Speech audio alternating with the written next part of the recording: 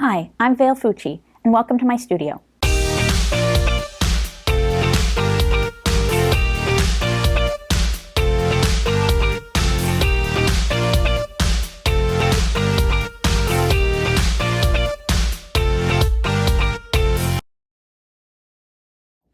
I've been a professional photographer using Adobe Lightroom for over 10 years. Recently, when I upgraded to the Canon R6, I found that the tethering was no longer supported for this camera body with Adobe Lightroom.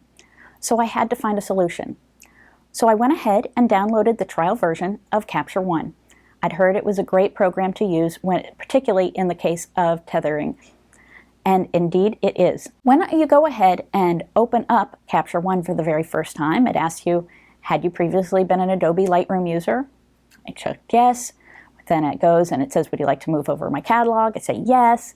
And it even goes and tries to make the user interface about as similar as possible to the way it could be configured to look the way it did in Adobe Lightroom for you. So I was pretty excited. I thought this will be easy. Okay, go ahead, set it up. And then once I started trying to play around with it, I found that while it looked like it had some really powerful tools, I didn't know how to use them.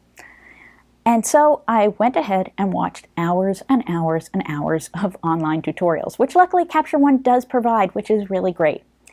But for so many of us, when we make a switch over like that, we don't have hours and hours of time.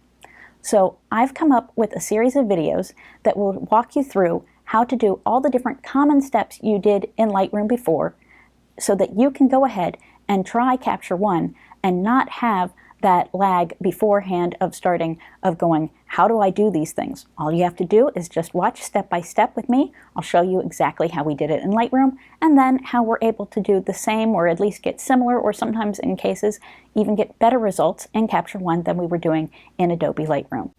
I hope you find it helpful.